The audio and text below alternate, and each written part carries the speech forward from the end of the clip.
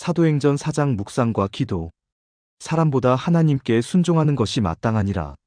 사랑하는 성도 여러분, 사도행전 4장은 기적 이후에 찾아오는 현실을 보여줍니다. 하나님의 역사는 언제나 반대와 함께 드러납니다. 성전 미문에서 일어난 치유 사건 이후에 베드로와 요한은 붙잡힙니다. 사람을 살린 일이 문제가 됩니다. 예수님의 이름이 선포된 것이 이유입니다. 사두개인들과 종교 지도자들은 분노합니다. 부활이 전파되는 것을 견딜 수 없기 때문입니다. 권력은 생명보다 체제를 먼저 지킵니다.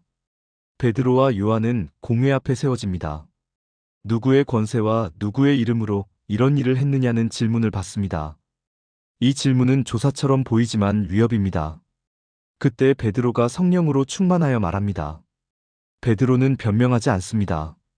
베드로는 증언합니다. 이 사람이 낫게 된 것은 너희가 십자가에 못 박았으나 하나님께서 살리신 예수님의 이름 때문이라고 선포합니다. 베드로는 분명히 말합니다. 다른 이로서는 구원을 받을 수 없다고 말합니다. 하늘 아래 사람 가운데 구원받을 만한 다른 이름을 주신 일이 없다고 말합니다. 이 말은 공격이 아닙니다. 사랑에서 나온 진실의 선포입니다. 지도자들은 놀랍니다. 베드로와 요한이 학문 없는 보통 사람인 줄 알았기 때문입니다. 그러나 담대함을 부인할 수 없습니다. 그들은 이 사람들이 예수님과 함께 있었던 것을 알아봅니다. 예수님과 함께한 흔적은 말투와 태도에서 드러납니다. 그들은 위협합니다. 다시는 그 이름으로 말하지 말라고 명령합니다. 침묵을 요구합니다. 그때 베드로와 요한이 대답합니다. 사람의 말을 듣는 것이 옳은지, 하나님의 말씀을 듣는 것이 옳은지 판단하라고 말합니다. 그리고 분명히 선언합니다. 우리는 보고 들은 것을 말하지 아니할 수 없다고 말합니다. 이 담대함은 성격이 아닙니다. 성령의 역사입니다. 풀려난 후 그들은 공동체로 돌아옵니다. 문제 해결 회의를 하지 않습니다. 기도의 자리로 나아갑니다. 그들은 상황을 바꿔달라고 기도하지 않습니다. 박해를 제거해달라고 기도하지 않습니다.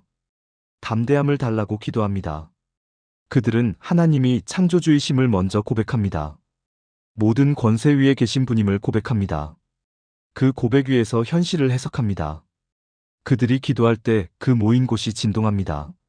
모두 성령으로 충만해집니다. 그리고 하나님의 말씀을 담대히 전합니다.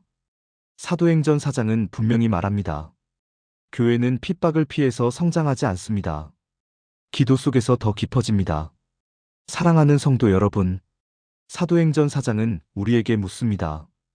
나는 침묵으로 안전을 지키고 있는가를 묻습니다. 아니면 순종으로 진리를 붙들고 있는가를 묻습니다. 예수님께서는 오늘도 교회를 통해 말씀하십니다. 사람보다 하나님께 순종하는 것이 마땅하다고 말씀하십니다. 개인 적용 기도문.